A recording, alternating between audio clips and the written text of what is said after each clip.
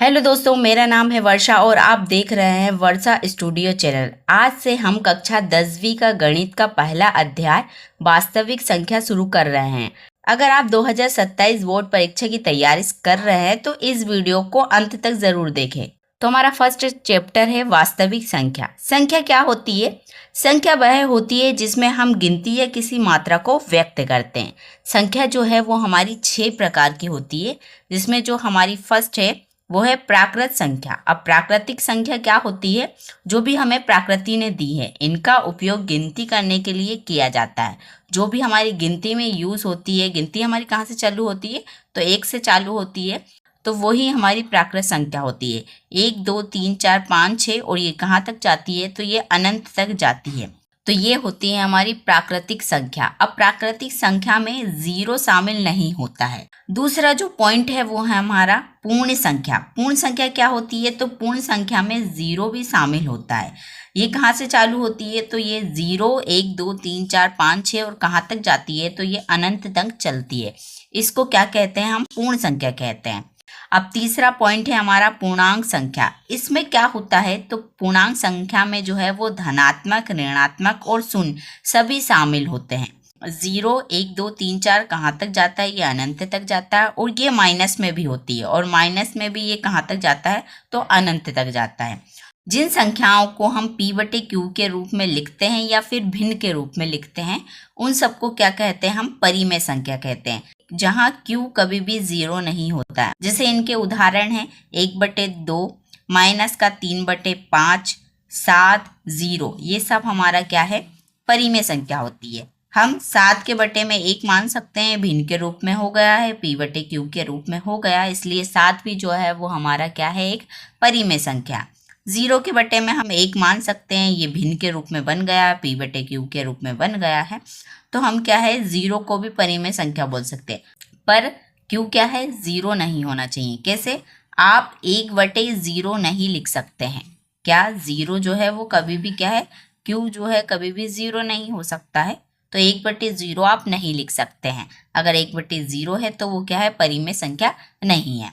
अगला पॉइंट, अपरिमेय संख्या। अब अपरिमेय संख्या किसे बोलते हैं? तो जिन्हें हम p/q के रूप में नहीं लिख सकते हैं, वो सब क्या होती है? हमारी अपरिमेय संख्या होती है। जैसे कर्णी 2, कर्णी 3, पाई, इनको हम p/q के रूप में नहीं लिख सकते हैं। और जो परिमेय संख्या होती है, हमें उसे p/q के रूप में लिख सकते हैं। तो ये अंतर होता है हमारा परिमेय और अपरिमेय में। 5वां पॉइंट हमारा है वास्तविक संख्या। अब वास्तविक संख्या क्या होता है? तो वास्तविक संख्या जो परिमेय प्लस अपरिमेय से मिलकर बना होता है, अर्थात संख्या रेखा पर स्थित सभी संख्याएं वास्तविक संख्या होती है।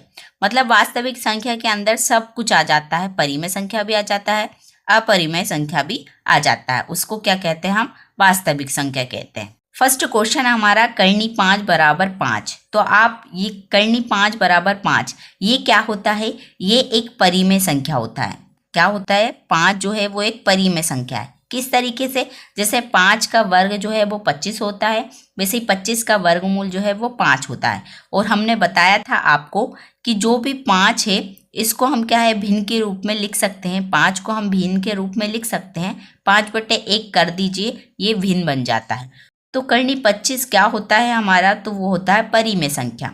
दूसरा क्वेश्चन, दूसरा है कर्णी 7। कर्णी 7 क्या होता है हमारा? तो कर्णी 7 जो है वो अपरिमेय होता है। क्यों? कर्णी 7 किसी का भी वर्ग नहीं होता है, ये कर्णी से बाहर नहीं निकलता है, इसलिए कर्णी 7 जो है वो अपरिमेय संख्या होती है। हमने बताया था आपको कि अपरिमेय संख्या में क्या क्या आता है। तो कर्णी 2, कर्णी 3, कर्णी वाली सब संख्या अपरिमेय होती है, इसलिए जो कर्णी 7 है वो हमारा एक अपरिमेय संख्या है। तीसरा क्वेश्चन है -12। तो -12 क्या होता है? तो ये होता है हमारा पूर्णांक। हमने आपको बताया है कि पूर्णांक में क्या होता है? धनात्मक, ऋणात्मक सब संख्या आती है, इसलिए -12 हमारा पूर्णांक हुआ है। चौथा क्वेश्चन है 3/8 क्या है? तो 3/8 जो है वो हमारा परिमेय संख्या है।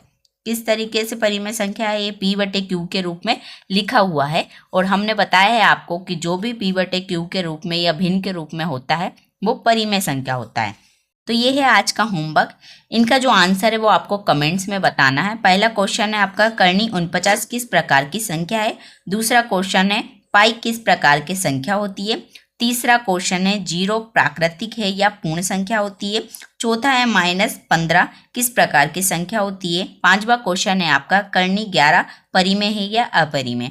इन सब का आंसर जो है आपको कमेंट्स में बताना है।